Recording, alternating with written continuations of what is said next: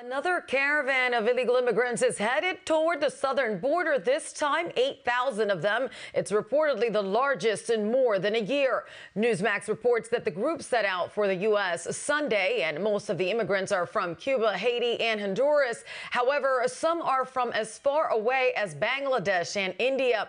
The latest caravan is the largest since June of 2022 and embarked days before Secretary of State Antony Blinken is set to meet with Mexico President Andrés Manuel López Obrador to discuss the illegal immigration crisis. Activist Luis Garcia Villagran is accompanying the group and said the numbers grow to 15,000 by the time it reaches the U.S. border.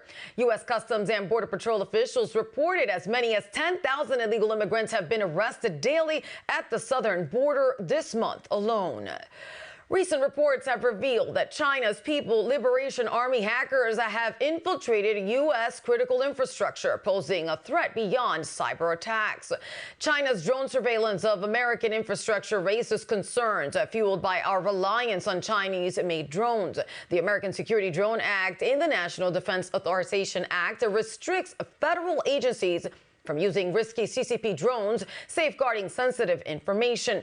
To enhance national security at state and local levels, governments must adopt similar restrictions, supporting the domestic drone industry with incentives and grants. Passage of the ASDA is a significant step, but more actions are needed to counter China's influence in the global drone market. Two attempts to remove Donald Trump from the presidential ballot have been rejected by federal judges both in West Virginia and Michigan. In West Virginia, John Anthony Castro, running for the Republican presidential seat, is suing former President Donald Trump. Castro went on social media to call out the federal judge, saying, quote, West Virginia federal judge Irene Berger declares that I'm running for president in bad faith to manufacture standing. He ends it with, our system is beyond corrupt. That's his response to the judge citing a plaintiff's lack of standing in her ruling. West Virginia's Attorney General Patrick Morrisey called the lawsuit frivolous, emphasizing the defense of election integrity, also saying, quote, Colorado should learn from the wisdom of our courts. The Colorado ruling awaits potential appeal by January 4th. Meanwhile, the Michigan Supreme Court has also rejected a move to remove Trump from the state's 2024 Republican primary ballot. Justice Elizabeth Welch wrote on Wednesday explaining the court's ruling in part, quote, appellants have identified no analogous provision in the Michigan election law that requires someone seeking the office of president of the United States to attest to their legal qualifications to hold the office, end quote. Both decisions in West Virginia and Michigan follow Colorado's Supreme Court ruling that Trump is ineligible under the 14th Amendment. That being said, former President Donald Trump is leading President Joe Biden in a potential 2024 matchup, according to a recent JL Partners Daily Mail survey.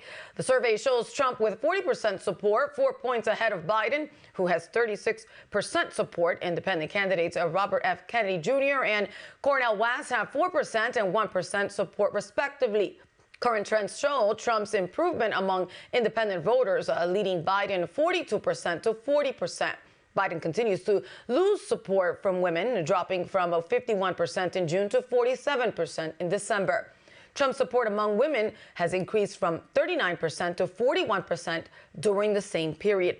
Additionally, The Economist YouGov found that Trump is leading Biden among independents 38% to 32%, according to Breitbart. Tim?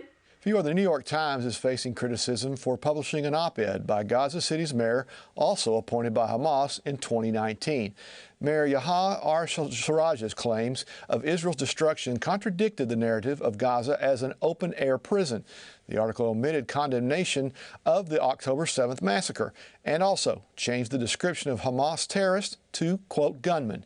Similar criticism arose when Senator Tom Cotton's 2020 op-ed advocating U.S. troops deployed during the BLM riots was published, and Times later admitted to publishing a mistake.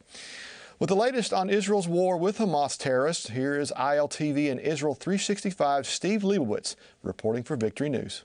Day 82 of the war to defeat Hamas in Gaza. IDF Chief of Staff Halevi gave the nation his assessment of progress made until this point, saying it would not be easy or fast to achieve the war's goals.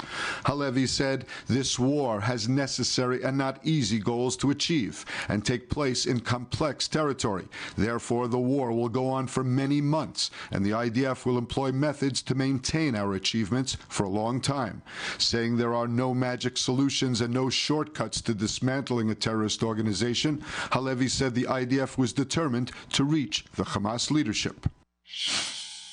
Israel is in a multi-front war, under attack from 7 different theaters. That's the word from Defense Minister Gallant, who said that Israel has already struck back against 6 of the aggressors. Defense Minister Gallant told the Knesset Foreign Affairs and Defense Committee that military challenges facing Israel go far beyond the war in Gaza. The defense minister said, "We are in a multi-front war and are coming under attack from 7 different theaters: Gaza, Lebanon, Syria, Judea and Samaria, Iraq, Yemen, and Iran." According to Gantz, Israel has already taken action against most of the aggressors and warned that no attack will go unpunished. There was an apparent bomb blast targeting the Israeli embassy in New Delhi, India. An abusive anti-Israel letter was found nearby. Embassy officials heard the blast outside the Israeli embassy in Delhi, but there were no injuries in the explosion, which comes amid rising threats to Israeli and Jewish targets abroad. Israeli security officials and Indian police are working together on the investigation. In a separate development, the Indian Navy announced it would deploy a destroyer in the Arabian Sea as a deterrent against Iranian-orchestrated attacks on shipping. The move comes after an Israel-affiliated merchant vessel was attacked off the Indian coast over the weekend. Steve Leibowitz for ILTV, Victory News.